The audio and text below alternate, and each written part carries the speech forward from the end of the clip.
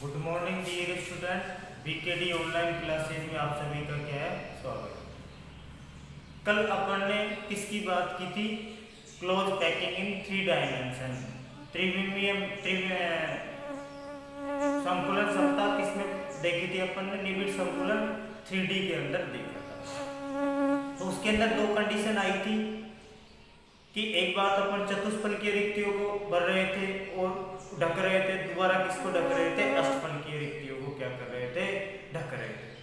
तो देखो, जब आप चतुष्फलकीय रिक्तियों को ढकते हो तो किस प्रकार की व्यवस्था प्राप्त होती है भाई? आपको एबी प्रकार की क्या प्राप्त होती है? व्यवस्था प्राप्त होती है। लेकिन जब आप अष्टफलकीय रिक्तियों को ढकते हो तो किस प्रकार की व्यवस्था प्राप्त होती है? आपको एबीसी प्रकार की व्यवस्था प्राप्त।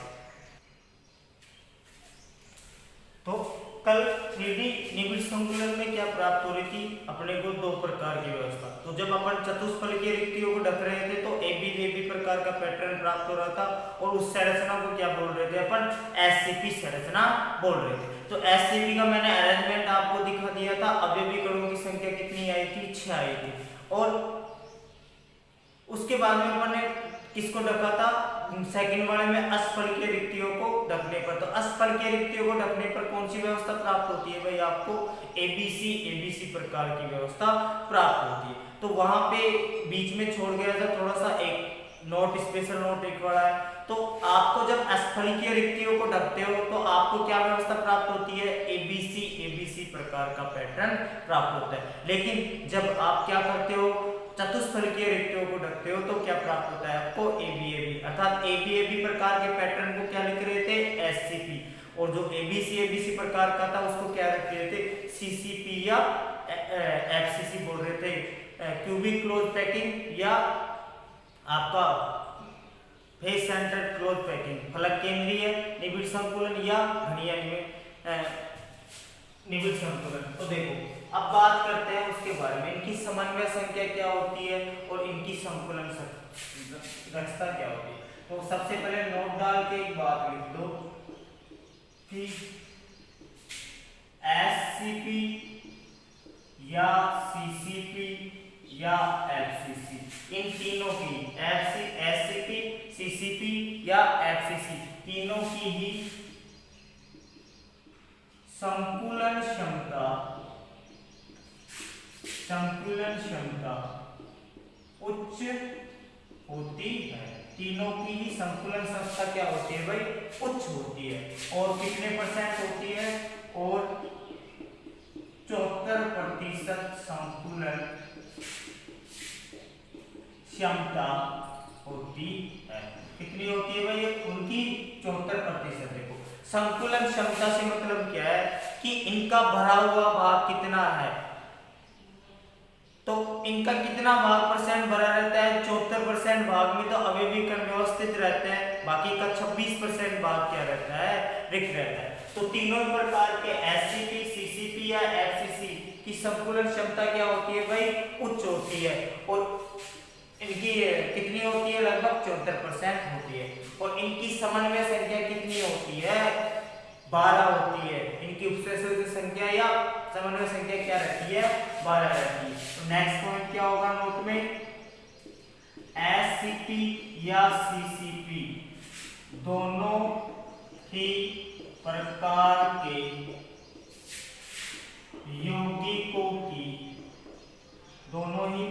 के यौगिकों की समन्वय संख्या या आप कह सकते हो उपसंयोजन संख्या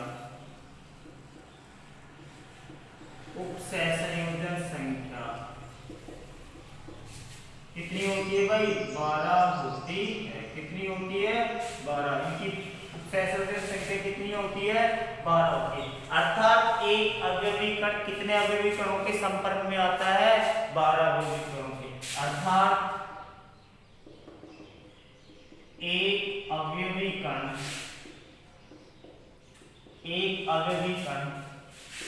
12 अन्य अवयवी कणों के संपर्क में आता है। एक अवयवी कण किसके संपर्क में आता है? 12 अन्य अवयवी कणों के संपर्क में आता है। तो एक ध्यान रखना, इनकी संकुलन क्षमता क्या होती है? उच्च होती है। और कितना % होती है? 74%। और इनकी समन्वय संख्या या उपसर्जक संख्या कितनी होती है भाई? 12 होती है।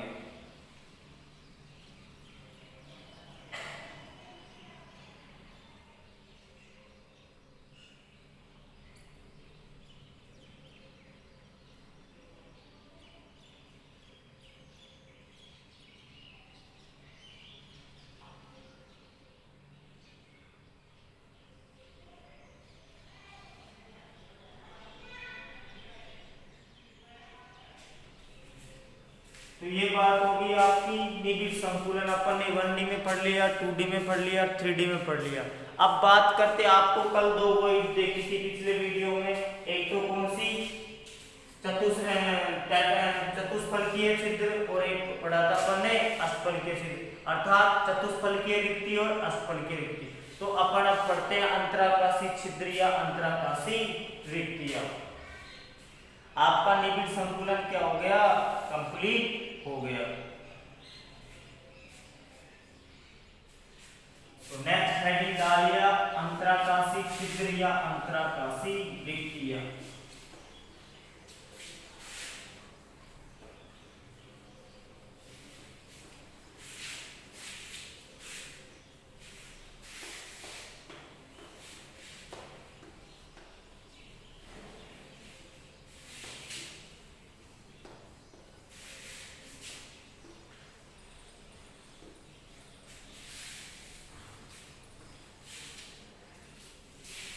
नेक्स्ट हेडिंग देखिए अंतराकाशी छिद्र,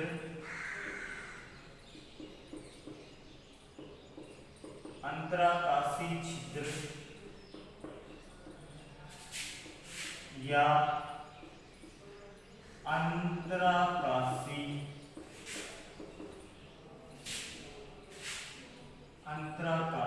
रिक्तियां या अंतराकाशी रिक्तियां। तो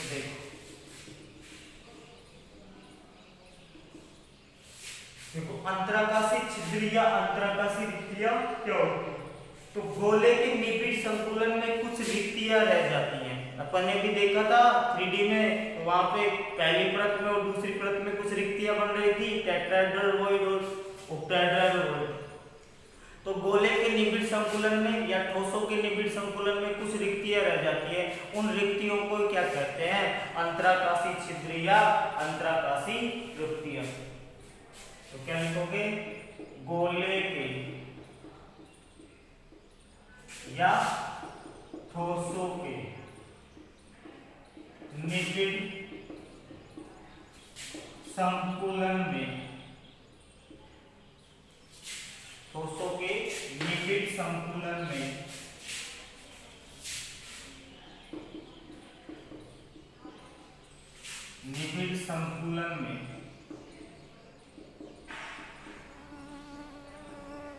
ठोसों के निबिड़ संकुलन में,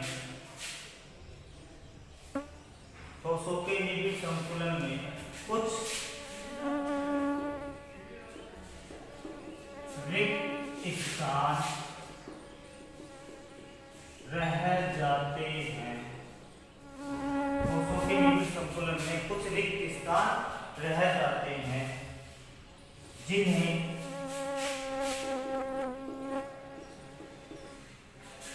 अंतराकाशी छिद्र या रिक्तियां कहते हैं। तो गोले के निबिड़ संकुलन में क्या होता है भाई? कुछ छिद्र या कुछ रिक्त स्थान रह जाते हैं, जिनको क्या कहते हैं? अंतराकाशी छिद्र या अंतराकाशी रिक्तियां कहते हैं। तो गोले या ठोसों के निबिड़ संकुलन में क्या रह जाता है भाई? कुछ रिक्त स्थान रह जाते हैं। उन रिक्त स्थानों को क्या कहते हैं? अंतराकाशी रिक्तियां या अंतराकाशी छिद्र कहते हैं। ये कितने प्रकार के होते हैं भाई? मेनली 2 प्रकार के होते हैं। तो देखो रिक्तियां कितने प्रकार की होती हैं? रिक्तियां 2 प्रकार की होती है। रिक्तियां कितने प्रकार की होती है? 2 प्रकार। तो देखो सबसे पहले पढ़ते हैं अपन चतुष्फलकीय रिक्तियां या चतुष्फलकीय छिद्र। तो सबसे पहला पढ़ते हैं अपन चतुष्फलकीय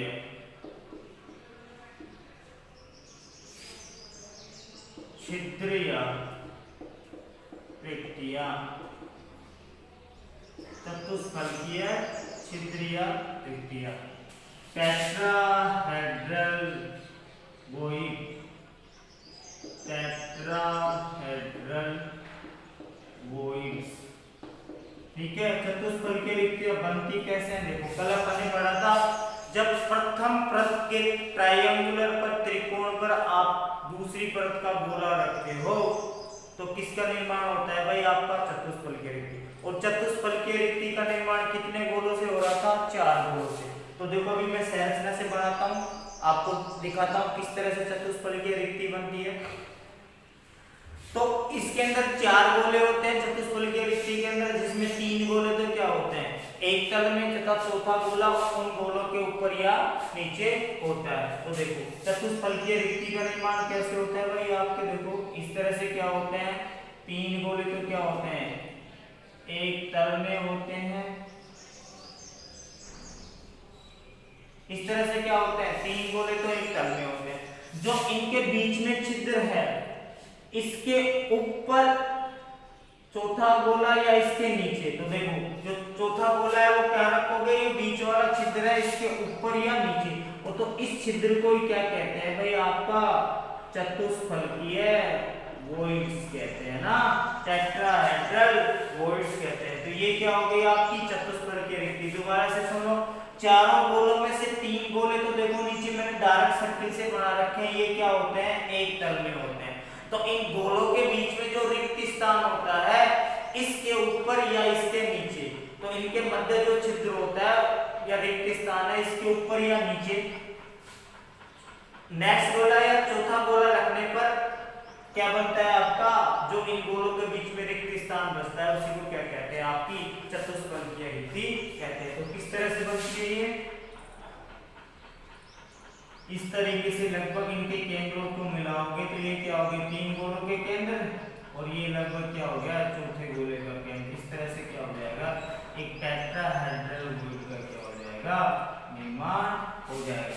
तो इस तरह से 3 गोले तो क्या होते हैं? एक तल में, और चौथा गोला कहाँ रहता है? इनके ऊपर रहता है।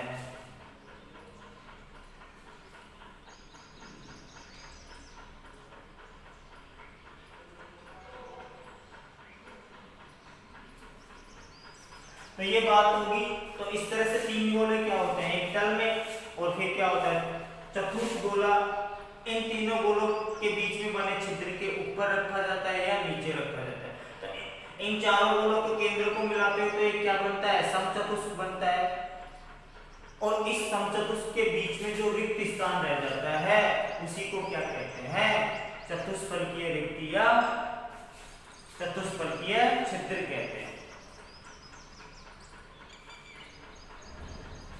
तो देखो अब इसकी थोड़ी लिखते हैं चतुष्फलकीय रिक्ति की। तो ये डायग्राम नोट कर लेना।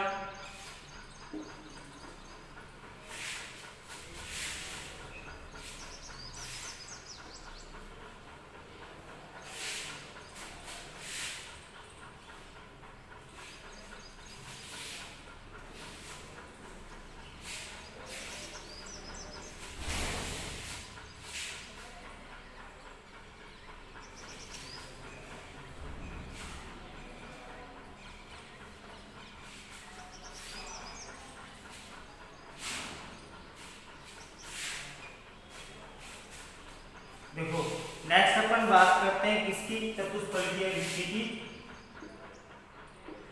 तो डायग्राम बना दिया। देखो चतुष्फलकीय रिक्ति का निर्माण, चतुष्फलकीय रिक्ति का निर्माण 4 गोलों से होता है, जिसमें 3 गोले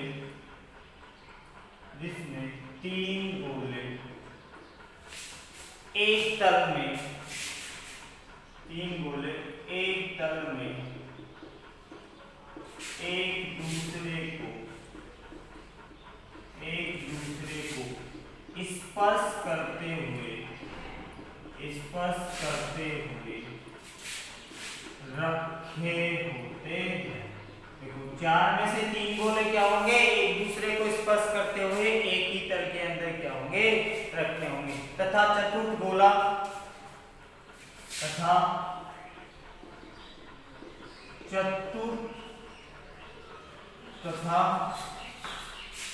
गोला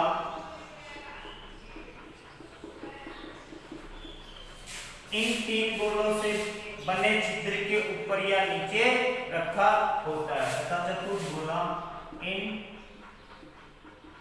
3 गोलों से बने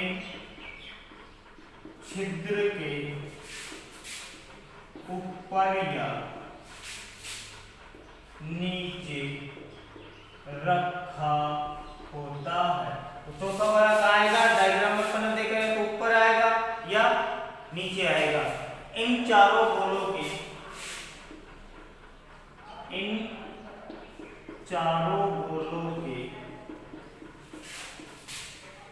केंद्रों को मिलाने पर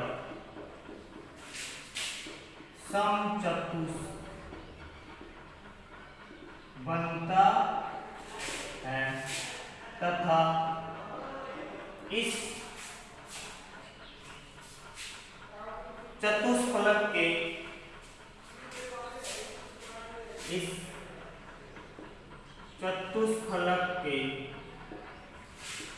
केंद्र के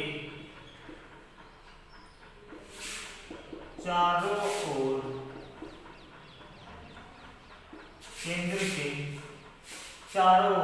जो खाली स्थान रहता है वो क्या कहलाता है, आपका चतुष्फलक के। तथा इस चतुष्फलक के केंद्र के चारों ओर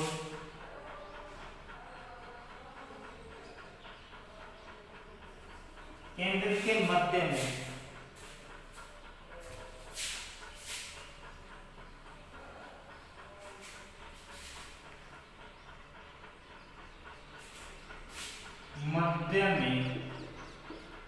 जो रिक्त स्थान रहता है उसे चतुष्फलकीय रिक्ति कहते हैं। तो इस समचतुष्क या चतुष्फलक के केंद्र में जो रिक्त स्थान रहता है उसको क्या कहते हैं, चतुष्फलकीय रिक्ति। चतुष्फलकीय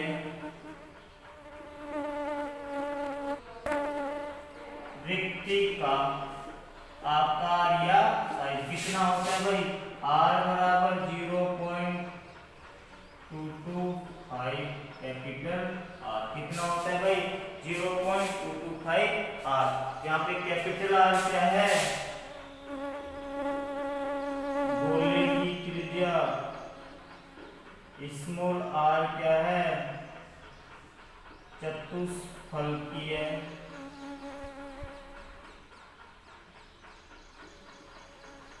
छिद्र का आकार कितना है भाई, चतुष्फलकीय छिद्र का आकार या त्रिज्या। तो अब बात करते हैं आकार या त्रिज्या। तो एक बार दोबारा से देखो चतुष्फलकीय रिक्ति का निर्माण कैसे होता है, चतुष्फलकीय रिक्ति का निर्माण 4 गोलों से होता है। कितने गोलों से होता है, 4 गोलों से होता है।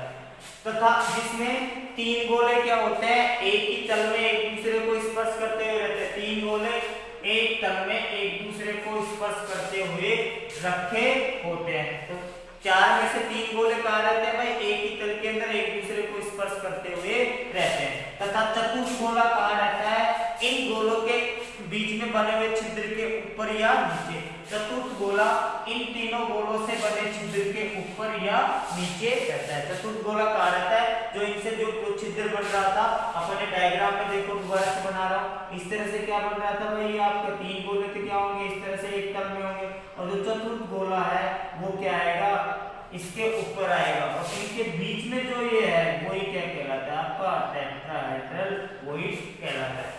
क्या हो गया, जो बीच में रिक्त स्थान बच रहा है वो क्या कहलाएगा, टेट्राहेड्रल।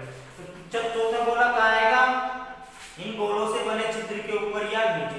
इन चारों गोलों के केंद्र को मिलाने पर क्या बनता है भाई, एक समचतुष्फलक बनता है, समचतुष्फलक बनता है। क्या बनता है भाई आपका, समचतुष्फलक बनता है। तथा इस चतुष्फलक के केंद्र के मध्य में जो रिक्त स्थान रहता है, देखो यहाँ पे इस तरह से मैंने वो आपको समचतुष्फलक बना के बताया था, इस तरह से बनाया था। तो यहाँ पे जो रिक्त स्थान रहता है, यहाँ पे केंद्र के मध्य में, वो क्या कहलाता है आपका, टेट्राहेड्रल कहलाता है। जो रिक्त स्थान रहता है उसे क्या कहते हैं, चतुष्फलकीय रिक्ति। और ध्यान रखना, चतुष्फलकीय रिक्ति का आकार कितना होता है, 0.225 या 0.225 आर। आर क्या है, गोले की त्रिज्या, और स्मॉल आर क्या है, चतुष्फलकीय छिद्र का आकार या त्रिज्या, है ना, चतुष्फलकीय छिद्र की त्रिज्या या आकार। तो आपसे पूछ लेते हैं चतुष्फलकीय छिद्र का आकार या त्रिज्या कितनी होती है। तो चतुष्फलकीय छिद्र का आकार या त्रिज्या कितनी होती है भाई, 0.225 आर होती है। आर कैपिटल आर गोले की त्रिज्या, स्मॉल आर चतुष्फलकीय छिद्र की त्रिज्या।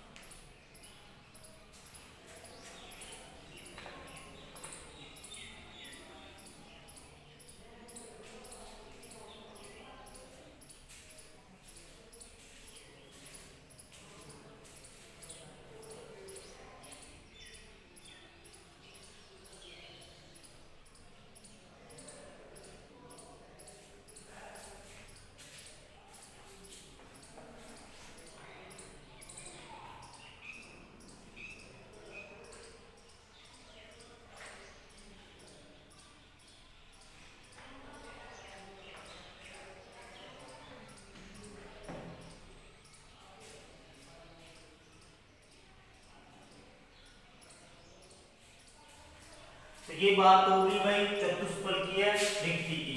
इसके बाद में अपन बात करेंगे अष्टफलकीय रिक्ति की। तो सबसे पहले देखो, चतुष्फलकीय रिक्ति का निर्माण 4 गोलों से होता है, जिसमें 3 गोले तो एक ही तल में होता है, और चतुर्थ गोला इन गोलों के बीच में जो छिद्र है या रिक्त स्थान है, इसके ऊपर होगा या इसके नीचे होगा।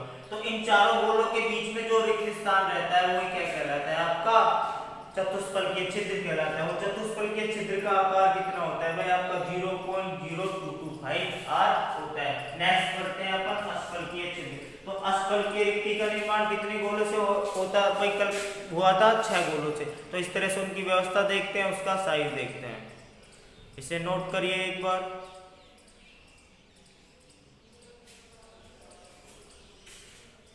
तो नेक्स्ट बात करते हैं अपन अष्टफलकीय छिद्र की।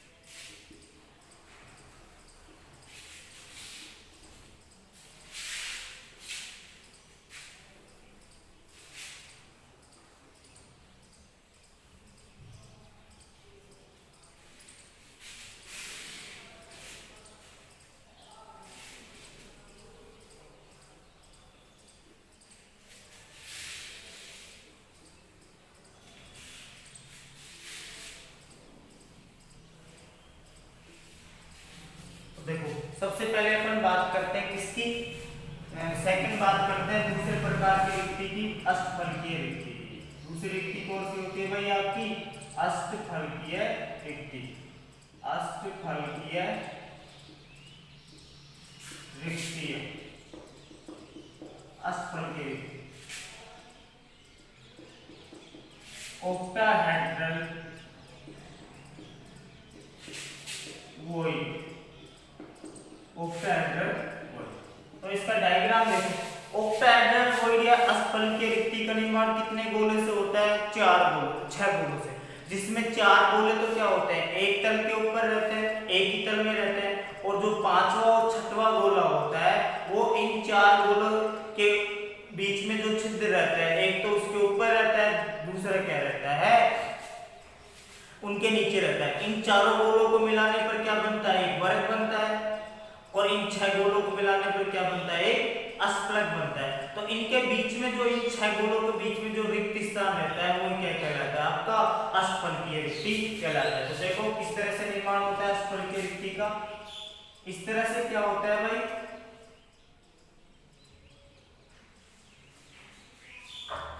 4 गोले तो क्या होते हैं भाई? एक ही तल के अंदर रहते हैं। क्या रहते हैं? एक ही तल के अंदर। 4 गोले तो क्या रहेंगे? एक ही तल के अंदर। अब देखो यहाँ पे मैं दोनों गोलों को दिखा तो नहीं सकता, पर इनको ऊपर बना रहा हूँ। एक इस छिद्र के ऊपर होगा, एक इस छिद्र के नीचे होगा। अरे सेकंड परत के अंदर बन रहे थे, कल पढ़े थे अपन ने, सेकंड परत के अंदर क्या बन रही थी? ऑक्टाहेड्रल वॉइड बन रही थी, अष्टफलकीय रिक्ति। तो एक तो क्या होगा? सेकंड परत के नीचे से गोला आएगा, एक क्या आएगा? ऊपर से थर्ड परत पर आएगा। तो इन इस छिद्र के एक को ऊपर रखा जाएगा, एक क्या रखा जाएगा? नीचे। तो मैं ऊपर वाले गोले को यूं दिखा रहा हूं,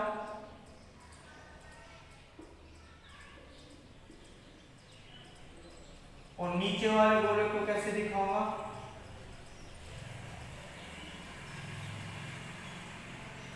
इस तरह से दिखाऊंगा। तो इन गोलों के बीच में मान लो आपका ये वर्ग है, जैसे ये वर्ग है, ये वर्ग बन गया। मेरे हाथ से मान के चलना। जैसे आपको कोई उदाहरण है, ये पेज है, ये मान लो एक वर्ग है, एक तो इसके ऊपर से लगा दिया, एक इसके नीचे से लगा दिया।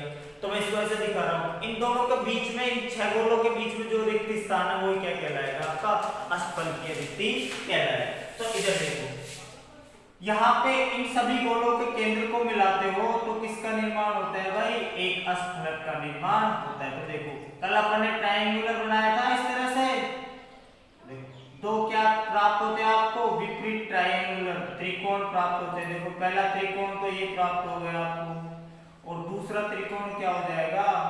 ये प्राप्त हो जाएगा। प्राप्त हो गया भाई। एक त्रिकोण तो ये हो गया, एक त्रिकोण ये हो गया, और इनके बीच में जो रिक्त स्थान है ये क्या कहलाता है? आपका ऑक्टाहेड्रल वॉइड। तो इन 6 गोलों के बीच में जो रिक्त स्थान है वो क्या कहलाता है? आपका ऑक्टाहेड्रल वॉइड। या इसको मैं बाहर बनाऊं तो इस तरह से एक ट्रायंगुलर है और दूसरा ट्रायंगुलर त्रिकोण क्या होता है? इस तरह से होता है।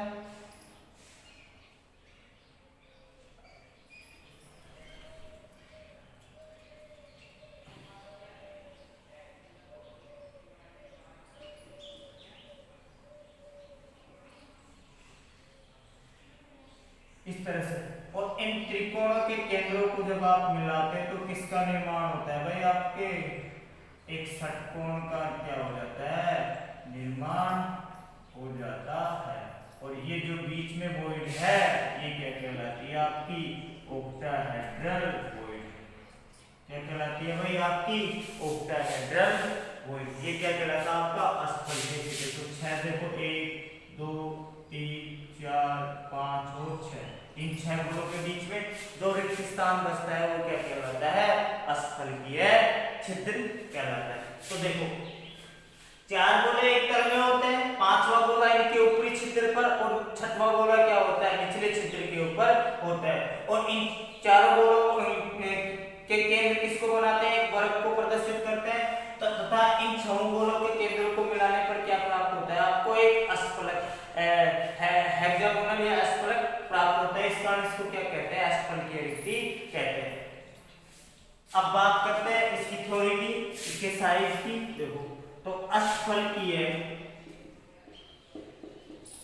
अष्टफलकीय छिद्र का निर्माण, छिद्र या रिक्ति एक ही बात है, छिद्र का निर्माण 6 गोलों से होता है, जिनमें 4 गोले एक ही तल में रखे होते हैं। 6 में से 4 गोले क्या होते हैं भाई?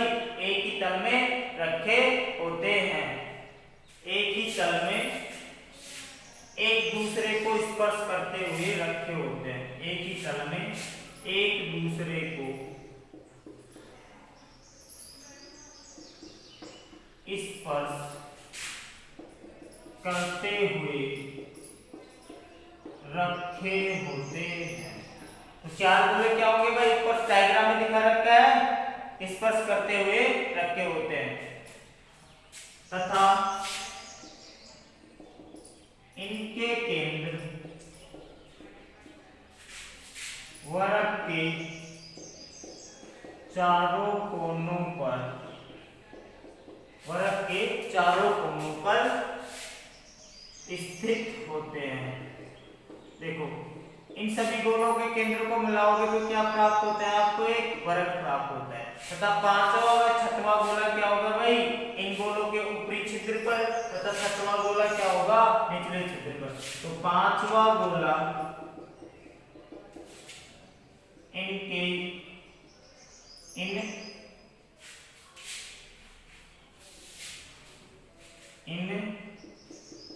गोलों के ऊपरी छिद्र पर तथा 6वां गोला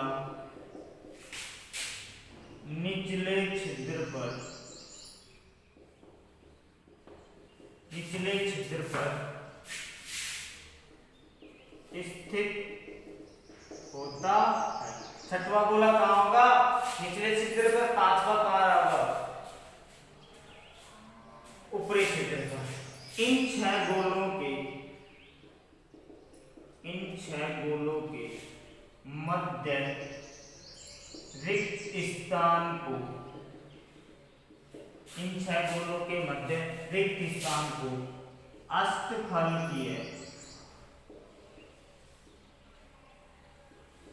रिक्ति कहते हैं। इन 6 गोलों के बीच में जो रिक्त स्थान बचता है वही उसी को क्या कहते हैं? अष्टफलकीय रिक्ति कहते हैं। तो अष्टफलकीय रिक्ति का आकार क्या हो जाएगा भाई आपका? अष्टफलकीय रिक्ति का आकार कितना हो जाएगा भाई? R बराबर 0.4184 R। कितना हो जाएगा भाई? 0.4। वही R क्या होगी यहाँ पे? गोले की त्रिज्या, स्मॉल r क्या होगी भाई?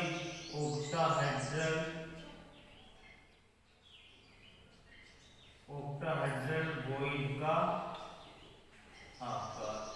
समझ गए? तो देखो अष्टफलकीय छिद्र का निर्माण कितने गोलों से होता है भाई?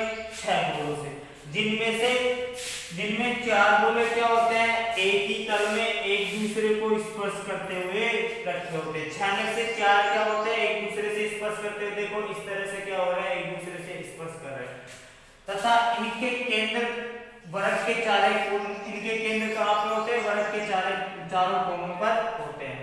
5वां गोला कहाँ होगा भाई? इन गोलों के ऊपरी छिद्र पर तथा 6वां गोला कहाँ होगा? इन गोलों के निचले छिद्र पर होगा। 6वां गोला कहाँ होगा? इन गोलों के निचले छिद्र पर होगा। इन 6 गोलों के मध्य जो रिक्त स्थान होता है उसको क्या कहते हैं? अष्टफलकीय रिक्ति। देखो 4 गोलों की व्यवस्था इस तरह से हो रही है।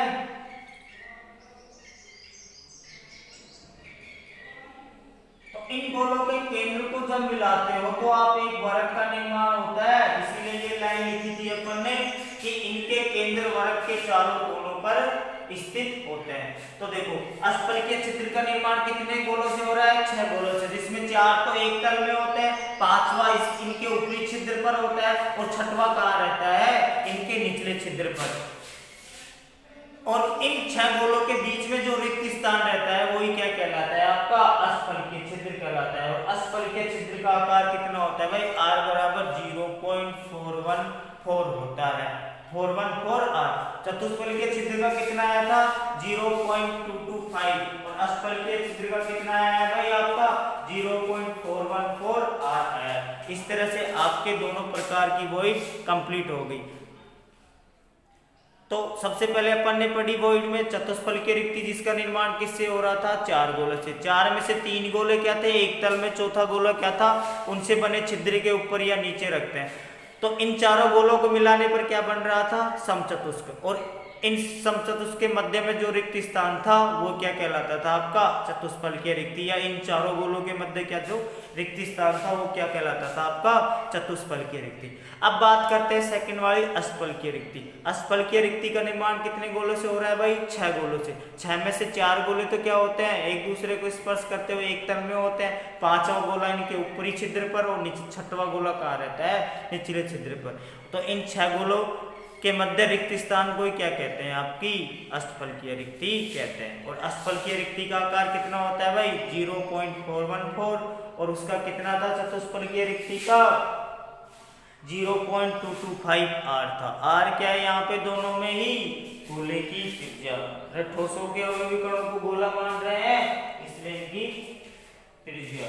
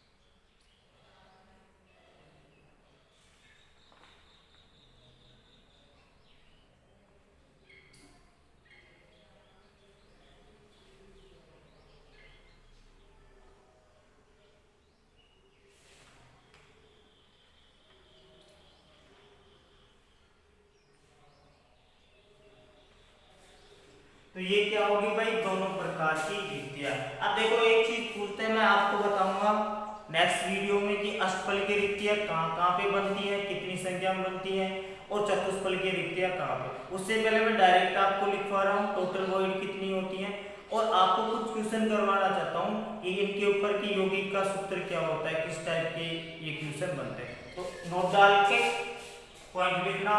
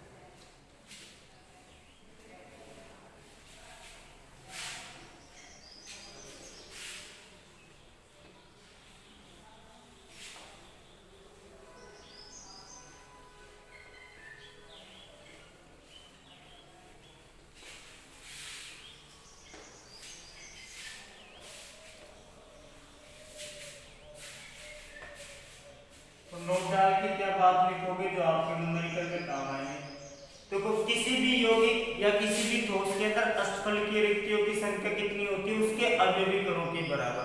चतुष्फलकीय रिक्तियों की संख्या कितनी होती है उसके अवयवी कणों से दुगनी होती है। और टोटल कितनी होती है 3 गुना हो जाएगी 3n के बराबर हो जाएगी। तो कहाँ कहाँ पे चतुष्फलकीय रिक्तियां बनती है अष्टफलकीय रिक्तियां बनती है ये सब चीजें अपन देखेंगे। आपके टॉपिक है चतुष्फलकीय और अष्टफलकीय रिक्तियों का निर्धारण, तो अभी पढ़ाएंगे जब आपको बताएंगे कहाँ चतुष्फलकीय रिक्तियां बनती है और कहाँ कहाँ क्या बनती है अष्टफलकीय रिक्तियां। तो अभी नोट करो पहला पॉइंट, अष्टफलकीय रिक्तियों की संख्या कितनी होती है भाई, अष्टफलकीय रिक्तियों कितनी होती है भाई n। सेकंड, चतुष्फलकीय रिक्तियां कितनी होती है, रिक्तियां कितनी होती है आपकी 2n के बराबर। और टोटल कुल रिक्तियां कितनी हो जाएंगी भाई आपकी, ऑक्टाहेड्रॉइड प्लस टेट्राहेड्रॉइड, मतलब चतुष्फलकीय रिक्ति और अष्टफलकीय रिक्ति। तो ये कितनी बनेगी n प्लस 2n बराबर कितनी होगी भाई 3n। तो टोटल वॉइड कितनी होगी भाई n के बराबर, तो अष्टफलकीय ये 2n के बराबर, टोटल कितनी होगी भाई आपकी 3n के बराबर होगी। n क्या है यहाँ पे अवयवी कणों की संख्या या गोलों की संख्या या परमाणु की संख्या। n क्या है भाई यहाँ पे परमाणु या गोलों की संख्या। तो ध्यान रखना अष्टफलकीय रिक्तियों की संख्या उसके अवयवी कणों के, जैसे बीसीसी टाइप था सिंपल वाली एकक कोशिका थी, एफसीसी पढ़ा अपन ने, एससीपी का भी मैंने बता दिया। तो सरल आद्यक कोशिका में एक अवयवी कण होता है तो अष्टफलकीय रिक्ति कितनी बनेगी 1 और चतुष्फलकीय कितनी बनेगी 2। बीसीसी काय केंद्रीय में अवयवी कणों की संख्या कितनी आई थी 2, तो अष्टफलकीय रिक्ति कितनी होगी 2, चतुष्फलकीय कितनी बनेगी 4। सीसीपी या एचसीसी में कितने थे अवयवी कण 4, तो अष्टफलकीय रिक्ति कितनी बनेगी 4 और चतुष्फलकीय रिक्ति कितनी बनेगी भाई आपकी डबल 8 बन जाएंगे। तो इस तरह से n क्या है यहाँ पे परमाणु की या गोलों की संख्या, या आप कह सकते हो अवयवी कणों की संख्या, अवयवी कणों की संख्या। ये किस तरह से बनती है अष्टफलकीय रिक्ति चतुष्फलकीय रिक्ति, इनकी संख्या भाई एक कितने अवयवी कणों के बराबर बनती है वो अपन नेक्स्ट क्लास में देखेंगे जब आपको ये टॉपिक पढ़ाया जाएगा। इससे पहले मैं आपको यौगिक के फॉर्मूला सूत्र से संबंधित बोर्ड में क्वेश्चन आते हैं, आपसे पूछ लेते हैं एक ठोस कण सूत्र बताइए, यौगिक का सूत्र बताइए। यदि A परमाणु घन के कोनों पर, B परमाणु 3 फलक केंद्रों पर, C परमाणु यहाँ पे, तो उसका सूत्र बताइए। तो इस तरह के क्या पूछते हैं आपसे क्वेश्चन पूछते हैं। तो शुरुआत करते हैं अपन क्वेश्चन की। सबसे पहला क्वेश्चन देखते हैं, देखो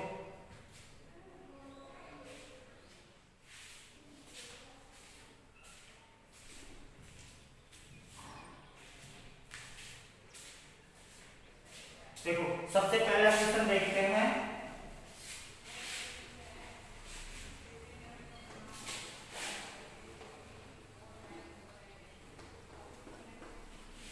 सबसे पहले अपन सिंपल वाले क्वेश्चन करते हैं, फिर थोड़े से बढ़िया क्वेश्चन करेंगे।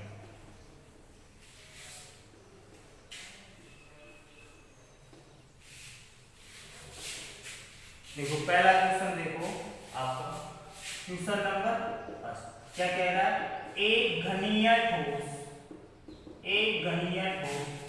दो प्रकार के अवयवी कणों A व B से मिलकर बना है। A व B से मिलकर बना, क्या कह रहा है, एक घनीय ठोस दो प्रकार के अवयवी कण A व B से मिलकर बना है।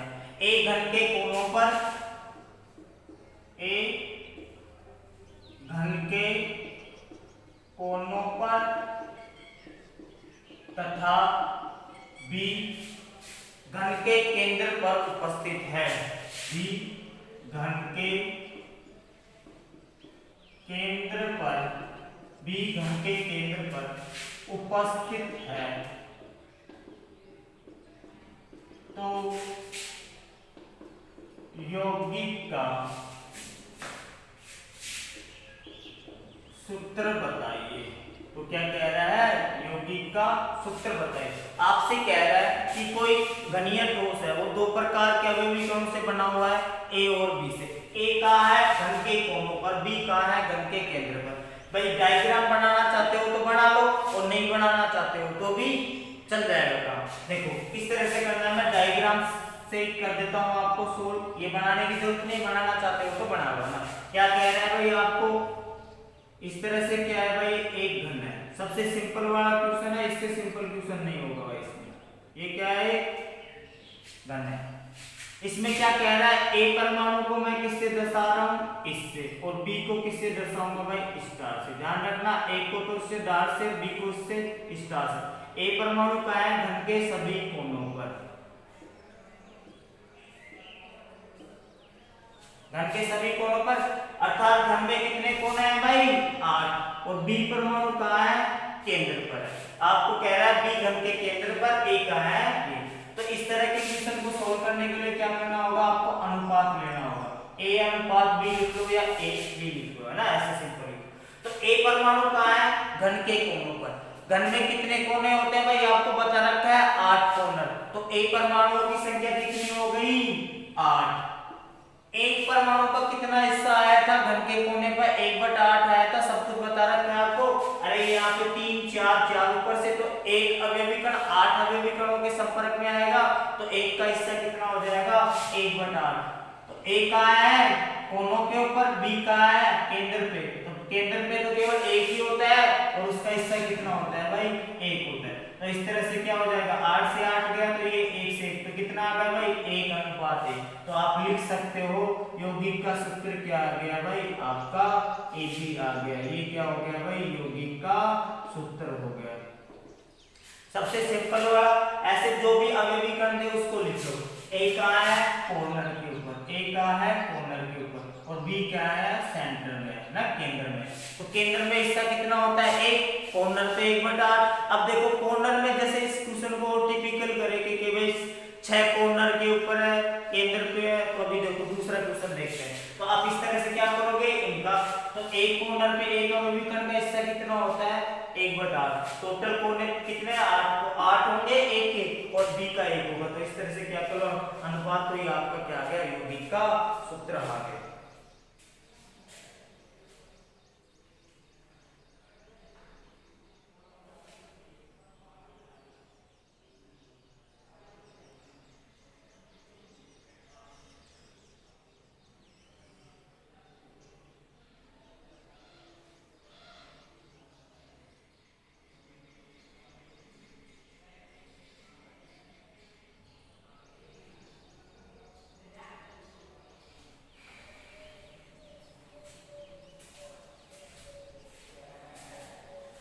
इस तरह से क्या होता है, आपको सिंपल ऐसे लिख के अनुपात दिखाना होता है। ये डायग्राम बनाने की जरूरत नहीं है, मैंने बना दिया।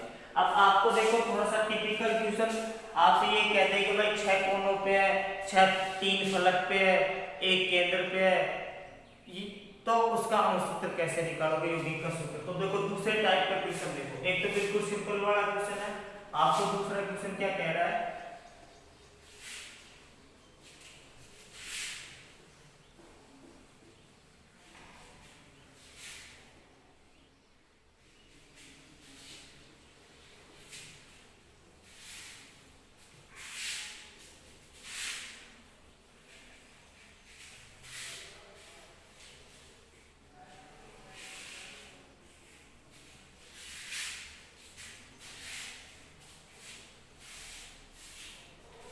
तो देखो क्या कह रहा है, एक घनीय ठोस, क्वेश्चन नंबर 2, एक घनीय ठोस ABC प्रकार के अवयवी कणों से बना हुआ है, जिसमें ABC से बना हुआ है, जिसमें एक घन के 7 कोनों पर, एक है घन के 7 कोनों पर, तथा B4 फलक केंद्रों पर बी 4 फलक केंद्रों पर, या आप कह सकते हो फलकों पर, 4 फलकों पर, एवं सी घन के केंद्र पर, सी घन के केंद्र पर स्थित है तो यौगिक का सूत्र बताइए। क्या कह रहा है भाई आपको? यौगिक का सूत्र आपसे कह रहा है कोई घनीय ठोस है, वो 3 प्रकार के यौगिक कणों ABC से बना है। ए का है 7 घन के किनारों पर, कोनों पर, बी का है 3 फलक केंद्रों पर या 3 फलकों पर, 4 फलकों पर, और सी का है भाई आपका केंद्र पर। तो देखो डायग्राम से समझाऊं, बनाने की जरूरत नहीं है, फिर भी देख लो समझने के लिए।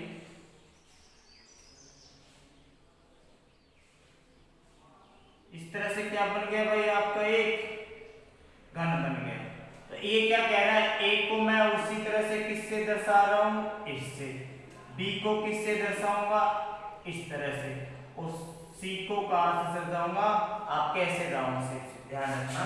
तो सी का है घन के केंद्र पर, ठीक है भाई, सी तो का है घन के केंद्र पर। ए का है 7 कोनों पर, तो देखना भाई 7 के ऊपर ही रखना, 4 5 6, 2 2 4 3 7 हो गए, 1 2 3 4 5 6 7 पे हो गए। 7 के ऊपर क्या है, एक, नहीं तो आप ऐसे लिख लो ए, ये क्या है सी। अब क्या कह रहा है बी, बी का है 4 फलक केंद्रों पर, तो कोई भी 4, 1 2 3 4 ये ले लो, बीच वाली रहने दो। तो बी का है भाई आपका यहाँ पे सभी फलकों के केंद्र पर है, बी का है सभी फलकों के केंद्र पर है। तो यहाँ पे लिख लो ए अनुपात बी अनुपात सी। ए का है भाई 7 कोनों के ऊपर, बी का है 4 फलकों पर, और सी का है आपका केंद्र पर। तो देखो 7 कोनों पे है, तो एक का हिस्सा कितना होगा, 1/8। भाई कोने के ऊपर जो अवयवी कण होता है उसका हिस्सा कितना होता है, 1/8। तो 7 × 1/8 अनुपात 4 फलक पे है, तो एक फलक पे कितना भाग होता है एक अवयवी कण का, 1/2 होता है। भाई दोनों तरफ से 2 अवयवी कण स्पर्श कर सकते हैं, तो कितना होता है, 2 होता है। तो कितना हो जाएगा 1/2, और केंद्र वाला तो क्या रहेगा, 1 ही रहेगा। अब इसको सिंपल कर लो, तो ये कितना हो जाएगा, 2 हो जाएगा। तो क्या हो जाएगा 7/8 2/1 या 1/1। अब इसको सोल्व कर लो, ये क्या लोगे आप, एलसीएम लोगे, तो ये कितना आ गया 7, 8 दूनी 16 और 8। तो अनुपात क्या आ गया भाई आपका सिंपल 7:16:8 आ गया। तो यौगिक का सूत्र क्या हो गया भाई आपका,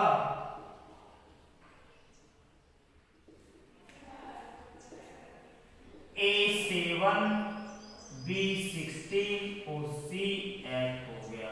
तो इस तरह से जरूरी है आपका सूत्र कुछ भी आ सकता है, घबराना मत।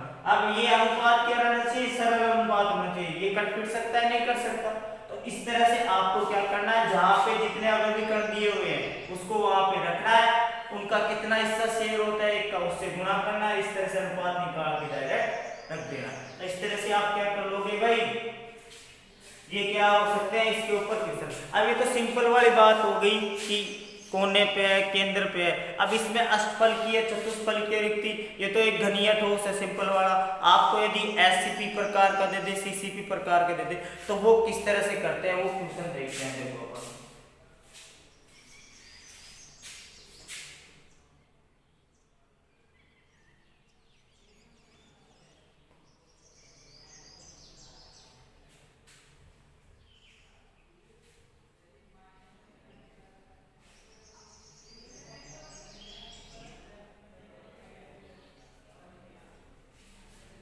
देखो नेक्स्ट क्वेश्चन देखते हैं, बढ़िया क्वेश्चन है, आपकी बुक का है। 2 क्वेश्चन देखते हैं नेक्स्ट, दोनों ही आपकी बुक के हैं। तो इस तरह से कर लोगे, सभी को आपको अनुपात निकालना है, कितने परमाणु कहाँ पे रखे हैं, उनका कितना हिस्सा शेयर होता है, उससे मल्टीप्लाई करो, इस तरह से कॉमन अनुपात निकालो, और वो आपका डायरेक्ट क्वेश्चन करिए। तब बात करते हैं नेक्स्ट क्वेश्चन की।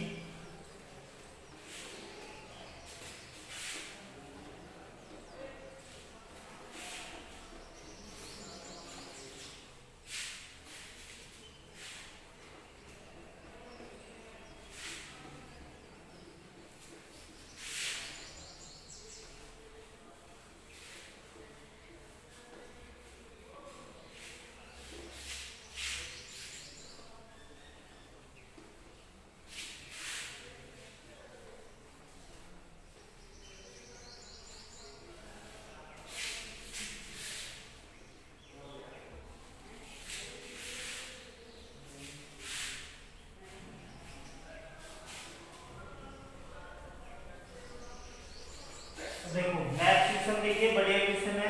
तत्व बी के परमाणुओं से, क्वेश्चन नंबर 3 लिखो, तत्व बी के परमाणुओं से HCP जालक बनता है। तत्व बी के परमाणुओं से HCP जालक बनता है और तत्व ए के परमाणु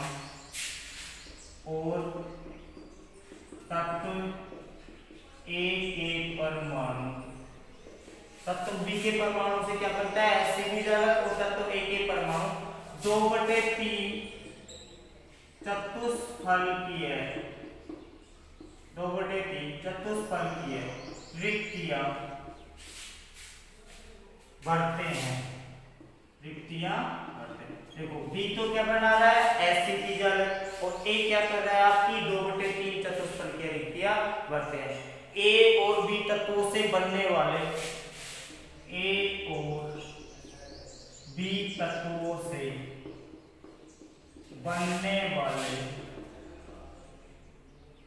यौगिक का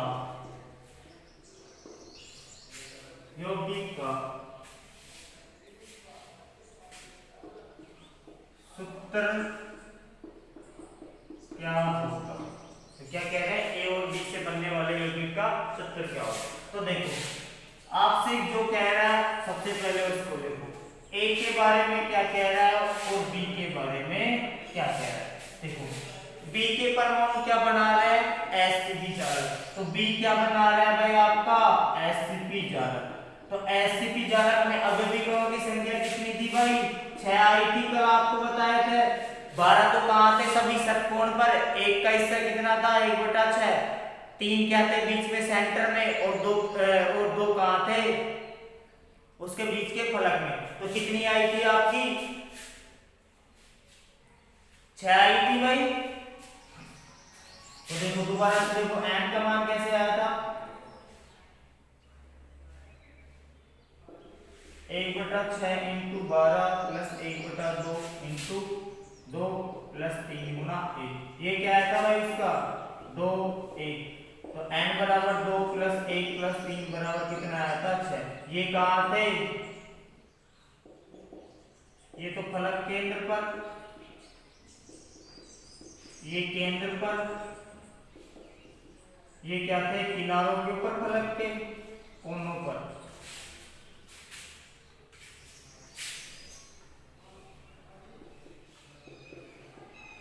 यह था कल पिछले वीडियो में मैंने बता दिया है HCP संरचना कैसे होती थी। तो वहां पे विकर्ण कहां थे 12 तो षटकोण के कॉर्नर के ऊपर थे, तो एक का हिस्सा कितना था 1/6, तो प्लस फलक केंद्रों पर कितने थे 2, और सेंटर में कितने थे केंद्र में कितने थे 3। तो इनका जब आप करोगे तो कितना आएगा अवयवकोणों की संख्या 6।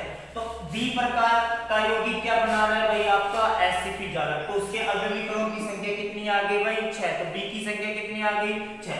अब बात करते हैं ए क्या बना रहा है भाई चतुष्फलकीय रिक्ति, तो 2/3 भाग क्या करता है टेट्राहेड्रल वॉइड का कंप्लीट करता है, क्या करता है रिक्ति को भरता है, 2/3 भाग चतुष्फलकीय रिक्ति भरता है। तो देखो सबसे पहले बात करते हैं चतुष्फलकीय रिक्तियों की संख्या। तो देखो चतुष्फलकीय रिक्तियां कितनी होती है भाई आपकी 2n के बराबर, अभी बताया था थोड़ी देर पहले। तो कितनी हो जाएगी टोटल टेट्राहेड्रल वॉइड कितनी हो जाएंगे भाई 2 गुना n की संख्या कितनी है 6, तो कितनी होगी भाई आपकी 12 होगी। 2 गुना कितनी हो गई 6, कितनी हो गई 12 हो गई। सबसे पहले देखो जो जो बना रहा है उसको रखो HCP जालक अभिविकर्ण कितने हैं इसमें 6 है।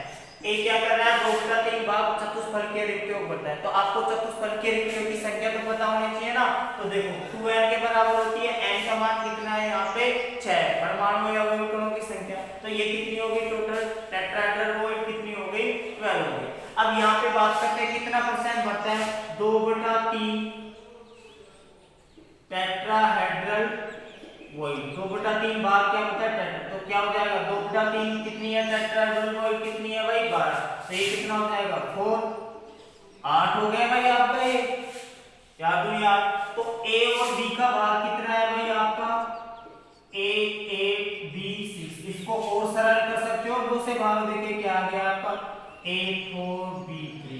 तो यौगिक का सूत्र क्या आ गया भाई आपका A4B3। इसको और इजी कर सकते हो आप। A4 ये B का कितना है? सबसे पहले जो है उसको देखो, B क्या बना रहा है? SCP जालक। SCP जालक के अभिविकरणों की संख्या कितनी है? 6। ये आपको बता दी थी पहले डायग्राम बता के। अब ये क्या कह रहा है कि A क्या कर रहा है? 2/3 भाग क्या कर रहा है? चतुष्फलकीय रिक्तियों को भरता है। तो आपको चतुष्फलकीय रिक्तियों की संख्या पता होनी चाहिए। तो संख्या पता कितनी होती है? चतुष्फलकीय रिक्तियां 2n के बराबर होती है। n का मान आपको पता चल गया, SCP में कितना है? 6। तो टोटल कितनी हो जाएगी? 12। अब 12 का कितना परसेंट भाग भर रहा है? 2/3। तो 2/3 इंटू 12 तो कितना आ गया भाई? 8 आ गया। तो आप इसको लिख सकते हो आप इस फॉर्मूले को कैसे?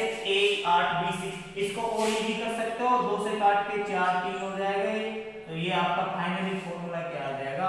A4B3। बढ़िया लेवल का क्वेश्चन है। तो इस तरह से आपसे क्या पूछ सकते हैं? यौगिक का सूत्र पूछ सकते हैं रिक्तियों वगैरह को ऐड करके। तो ये क्या था? बढ़िया। तो जो जैसा गिवन होता है उसको पहले देखो, उसके बाद में क्या करो आप उसका आंसर दो। बस उसका आप क्या निकालो? अनुपात निकालो। उसके बाद में क्या करो? उसका आंसर दे दो।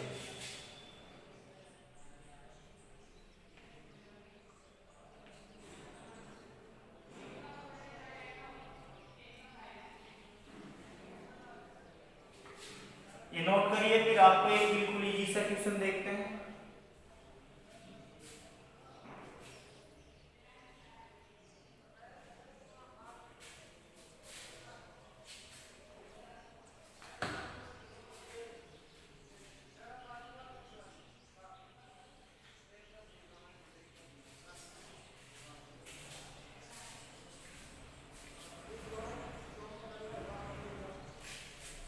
देखो नेक्स्ट क्वेश्चन देखते हैं अपन।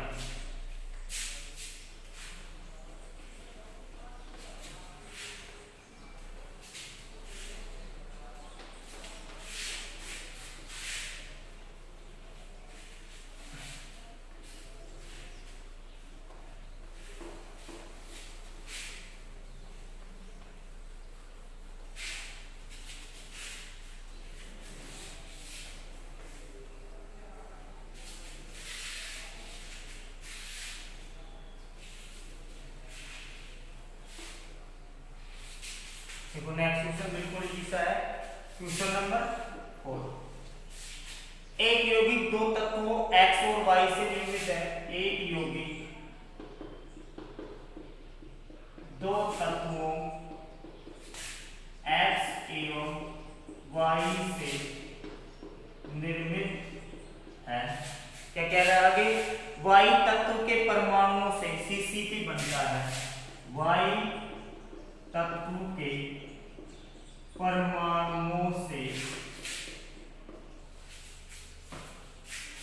CCP बनता है और X तत्व के परमाणु और X तत्व के परमाणु सभी अष्टफलकीय रिक्तियों में भरे हैं। कहां भरे हैं भाई? सभी अष्टफलकीय रिक्तियों में। तो यौगिक का सूत्र क्या है? यौगिक का सूत्र क्या है? अब देखो इसमें कोई क्या कह रहा है? x और y से बना हुआ है। y से क्या बना रहा है? CCP प्रकार का। पहले वाले में क्या बना रहा था? एसिड प्रकार का। और वहां पे 2/3 भाग चतुष्फलकीय रिक्तियों भर रहा था। यहाँ पे कितना भर रहा है? x परमाणु सभी अष्टफलकीय रिक्तियों। तो लिख लो x और y क्या बना रहा है भाई आपका? CCP प्रकार का जालक। और इसके अभिविकरणों की संख्या कितनी होती है भाई? 4। अरे CCP FCC सारी एक ही बात होती है। कितनी होती है भाई? 6 फलक केंद्रों पे, एक सेंटर पे, सभी कॉर्नर के ऊपर, और 6 फलक केंद्रों पे कितनी होती है? 4। तो देखो कितना होता है अभिविकरण? 8 × 1/8 प्लस 6 × 1/2 कितना होगा? ये कॉर्नर कोने और ये क्या होंगे? फलक पर। तो 1 + 3 बराबर कितना हो गया? 4। तो इसके अभिविकरण कितना आ गया? 4। ये किसको कवर कर रहा है? सभी ऑक्टाहेड्रल वॉइड को। तो octahedral number of octahedral void या असफलकीय रिक्तियों की संख्या कितनी होती है? n के बराबर होती है। तो कितनी हो जाएगी भाई आपकी ऑक्टाहेड्रल वॉइड? 4 हो जाएगी। n का मान कितना है? 4। तो यहाँ पे x और y का अनुपात कितना है भाई? 4:4 है। कट गया। तो आपका फाइनली क्या आ गया भाई? आपका xy कितना आ गया? तो इस यौगिक का सूत्र क्या आ गया? x। बिल्कुल इजी सा है। तो CCP में अवयवी कणों की संख्या कितनी होती है भाई? आपकी 4 होती है। y क्या बना रहा है? CCP। और x क्या बना रहा है? Octahedral void. तो ऑक्टाहेड्रल वॉइड की संख्या कितनी हो जाएगी भाई? अवयवी कणों की संख्या के बराबर। तो अवयवी कण 4 है तो ऑक्टाहेड्रल वॉइड भी कितनी हो जाएंगी? 4 हो जाएंगी। और x और y का अनुपात कितना आ गया आपका? 4:4। या आप सिंपल करोगे तो क्या आ जाएगा? xy। इस तरह से आपके क्या पूछ सकते हैं? यौगिकों के अणुसूत्र के ऊपर ट्यूशन। अब देखो बच्चों, आज की क्लास कहां तक होगी? आज की क्लास यहीं तक होगी। आगे बढ़ेंगे, कल आपको बताएंगे n के बराबर असफलकीय रिक्ति क्यों बनती है? 2n चतुष्फलकीय रिक्तियों की संख्या डबल क्यों होती है? किस तरह से बनती है बराबर और डबल? ये अपन नेक्स्ट क्लास में पढ़ेंगे। और नेक्स्ट क्लास में स्टार्ट करेंगे अपन संकुलन दक्षता और तीनों प्रकार की निकालेंगे। परसेंटेज 74% SCP की क्यों होती है और 68% BCC की क्यों होती है, 52.4% SCC की क्यों होती है। तो ये सारा अपन निकालेंगे। तो आज की क्लास यहीं तक होगी। कोई समस्या हो तो कमेंट बॉक्स में कमेंट करें। Thank you. चैनल को लाइक और शेयर करें और सब्सक्राइब करना ना भूलें। तो चैनल को सब्सक्राइब जरूर करें।